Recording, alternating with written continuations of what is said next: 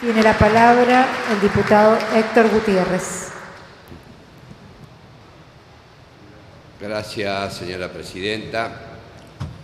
Hemos escuchado con atención y desde luego que con respeto las distintas intervenciones que fundamentalmente desde la oposición se han ido vertiendo en relación al proyecto en discusión. Recién el diputado de Formosa hablaba de la herencia de la Alianza y no podía menos que recordar el salariazo, la revolución productiva y los 120.000 millones de dólares que recibió aquel gobierno de la herencia menemista, y alguien tiene que hacerse cargo porque Menem no nació de un repollo y seguramente muchos de los que hoy representan a la bancada opositora ocuparon cargos, fueron candidatos, usufructaron resultados electorales.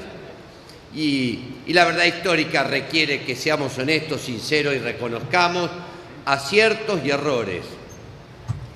Y también escuchaba otras intervenciones.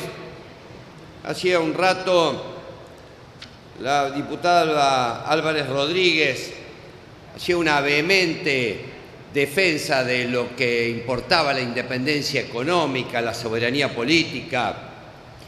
Y si uno fuera un observador anónimo, seguramente reconocería una Nobel diputada, buena moza, sin lugar a duda, que se inicia en la tarea legislativa, pero a poco de andar descubriría que ha sido la ministra de Gobierno del exgobernador Scioli, a nuestro juicio y con todo respeto, el peor gobernador que ha tenido la provincia de Buenos Aires desde la recuperación democrática.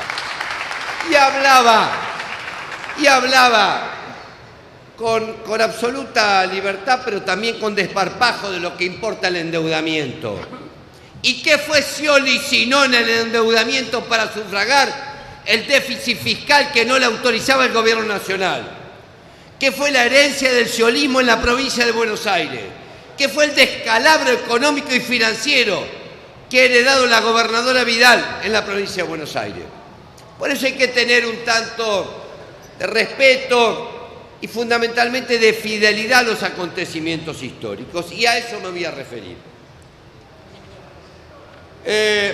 Corría el año 2005 y el presidente Néstor Carlos Kirchner anunciaba al país el pago de la deuda al Fondo Monetario Internacional. Pago de la deuda que se hacía con las reservas del Banco Central. Pago de la deuda que importaba el 36% de las reservas del Banco Central. Algunos más entusiasmados, otros menos, pero todos con ese sentimiento de menoscabo, de sospecha, de rechazo al Fondo Monetario Internacional. Me tocó, en mis épocas más jóvenes, participar de aquella marcha en el año 84 en contra de la usura internacional, cuando el presidente Alfonsín se subía a las tribunas internacionales pidiendo la constitución de un club de deudores y no pudo lograr que ningún país latinoamericano constituyera ese club que se pusiera al frente de los reclamos de la soberanía y de la independencia económica de las naciones latinoamericanas. Tampoco fue entendido por el partido de la oposición, que al poco tiempo inició con las huelgas, los paros, y 13 paros generales signaron aquel periodo de acostumbramiento y de recuperación democrática y de necesidad de saneamiento de aquella herencia de 40.000 millones de dólares que había recibido el presidente Alfonsín. Pero vuelvo entonces al raconto histórico. Corría aquel año en que el presidente Néstor Carlos Kirchner anunciaba el desendeudamiento con el Fondo Monetario Internacional, y desde el oficialismo y con menos énfasis en la oposición reconocimos ese gesto que nos liberaba de esa auditoría molesta y picante que anualmente nos decía cómo teníamos que corregir en detrimento de los sectores populares las cuentas argentinas. Después vino el canje del año 2005, vino el canje del año 2010, se incorporó al relato del gobierno la necesidad de desendeudar a la Argentina. No era solamente la Argentina que se desendeudaba, era América Latina. Había sido el hoy cuestionado presidente Lula quien había iniciado el proceso de desendeudamiento. Y obviamente que en tanto y en cuanto esto no afectara la calidad de vida de los argentinos, lo compartíamos. Teníamos superávit gemelo, inflación del 6%, un proyecto de desarrollo nacional que importaba el crecimiento y el mejoramiento de la calidad de vida de los argentinos. La historia empezó a cambiar porque empezamos a tener déficit, porque empezamos a tener la balanza comercial desbalanceada y porque empezamos a tener inflación. Pero así llegó el año 2014, mayo de 2014, en donde el Gobierno Nacional anuncia, el 2 de agosto del año 2008, que concluye en mayo de 2014, la presidenta Cristina Fernández de Kirchner firma el decreto 1394, por el cual disponía la conclusión de la deuda con el Club de París. A partir de ahí se suceden las crisis sucesivas, la derrota electoral del partido de gobierno en el 2009, pero finalmente en mayo del 2014 el Gobierno Nacional anuncia la conclusión de la deuda, la cesación de pagos con el Club de París. Sería bueno que hoy, en esto que es la caja de resonancia de la política argentina, pudiéramos desayunarnos de algunas cuestiones que han quedado pendientes de aquella discusión. Porque lo cierto es que la Argentina reconoció 9.390 millones de dólares como deuda hacia el Club de París. Deuda que había siendo adquirida por gobiernos anteriores, desde la Revolución Libertadora en adelante. Se había comprometido el erario público con el Club de París. 4.955 millones de capital, 1.102 millones de intereses, 3.633 millones de punitorios. El 39% de la deuda que reconocimos al Club de París por el actual diputado nacional, exministro de Economía, representaban los intereses moratorios y punitorios.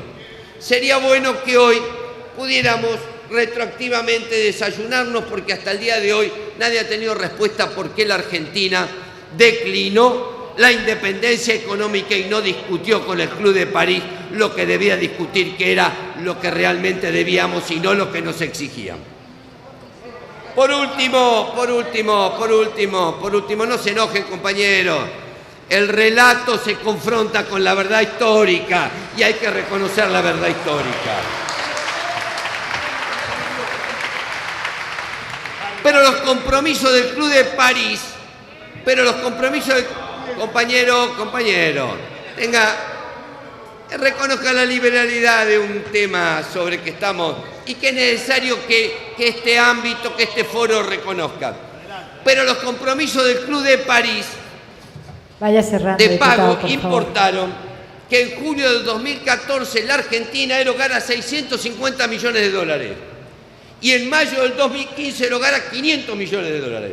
Es decir, que al cabo de un año, sobre una deuda de 9.390 millones de dólares, erogamos 1.150 millones de dólares del patrimonio nacional, es decir, el 12%. El Club de París se le comprometió a abonar en 5 años con 2 de gracia, y esto es, al decir de todos los economistas y expertos, ha sido una estafa para la Argentina que no debimos haber aceptado y que este gobierno al que ustedes representaban aceptó sin condiciones.